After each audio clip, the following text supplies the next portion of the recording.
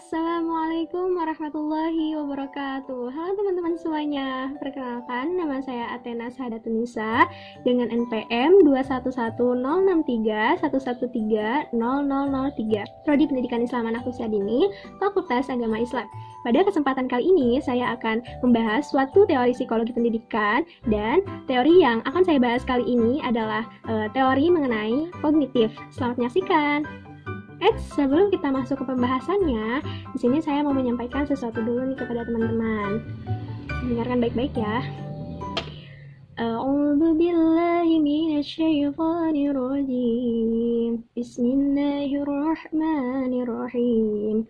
Talabul ilmi fariidatun 'ala kulli muslimin wa muslimat. Artinya, mencari ilmu itu wajib bagi setiap muslim laki-laki maupun muslim perempuan. So, teman-teman jangan skip videonya ya, tonton sampai habis. Oke, sebelumnya kita kenalan dulu dengan apa sih itu psikologi pendidikan. Nah, jadi psikologi pendidikan adalah studi mengenai tingkah laku manusia dalam kegiatan apa? Kegiatan proses belajar dan pembelajaran, serta penerapan konsep dan teori-teori psikologi dalam kegiatan belajar maupun pendidikan. Nah, jadi semua tingkah laku manusia ketika proses belajar dan pembelajaran itu semuanya masuk ke dalam bagian psikologi pendidikan. Oke, selanjutnya kita masuk ke bagian kognitif. Apa sih itu kognitif? Jadi kognitif ini terkait dengan kognisi atau knowing, yang artinya pengetahuan, yaitu kegiatan untuk mengetahui sesuatu yang mencakup perolehan, pengorganisasian, dan pemakaian pengetahuan. Jadi teman-teman, sebenarnya kognitif itu artinya luas sekali.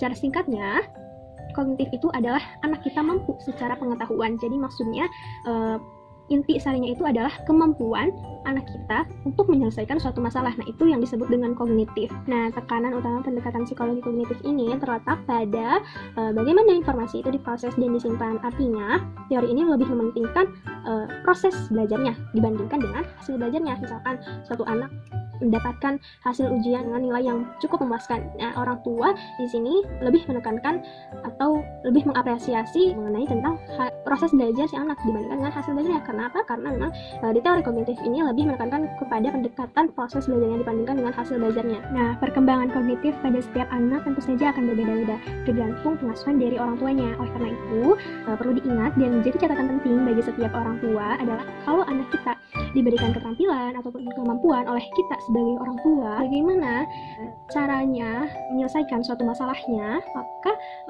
kemampuan kognitif sang anak juga akan naik atau akan semakin meningkat. Selanjutnya, berdasarkan apa yang saya temui di lapangan, di sini saya mengambil salah satu contoh permasalahan yang berjudul kekerasan kognitif dan hate crime pada anak usia dini. Khususnya seperti ini. Anak usia dini 4-7 tahun kan tentu saja mereka sudah sekolah di PAUD ataupun TK-nya masing-masing.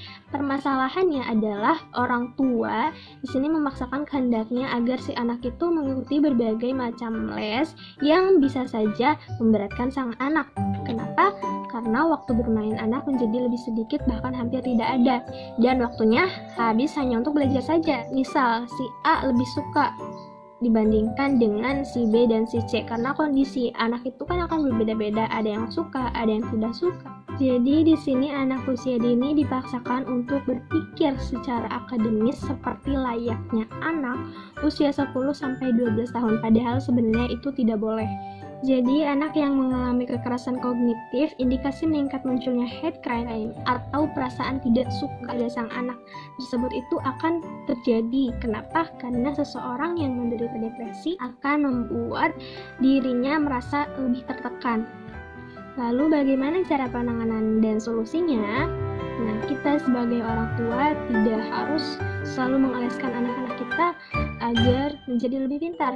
Kenapa? Karena belajar yang paling efektif adalah jika ada niat dan dorongan dari dalam diri anak untuk melakukannya. Nah, berikut adalah cara-cara yang bisa kita terapkan. Yang pertama, penuhi rumah dengan bahan bacaan. Kenapa? Karena memenuhi rumah dengan bahan bacaan akan mendorong sang anak untuk ingin lebih tahu dan mencari jawaban lewat sumber informasi dari buku tersebut. Yang kedua, dorong anak untuk berani mengeluarkan pendapat. Membiasakan anak untuk mengeluarkan pendapat seperti membicarakan perasaannya ataupun membuat keputusan adalah cara terbaik untuk membangun kebiasaan belajar dari sang anak. Yang ketiga, tunjukkan antusiasme terhadap minat anak, seperti kita tuh harus mensupport. Keempat, sediakan alat bantu untuk mempelajari cara belajar yang lain. Yang kelima, tunjukkan keseruan mendapat pengetahuan baru. Yang keenam, bertanya mengenai sekolah. Yang ketujuh, membantu anak membuat jadwal belajar. Yang kedelapan, merayakan pencapaian tertentu. Jadi kita seperti mengapresiasi apa yang anak telah capai. Yang kesembilan, fokus di kekuatan anak. Maksudnya kita harus fokus di bidang yang memang benar-benar anak kuasai. Yang kesepuluh, belajar dari kehidupan sehari-hari. Jadi misalkan tantang anak-anak kita untuk mempelajari hal yang berbeda setiap harinya, seperti dari hal kecil saja. Misalkan hari ini ia ditantang untuk berani tersenyum terhadap orang asing.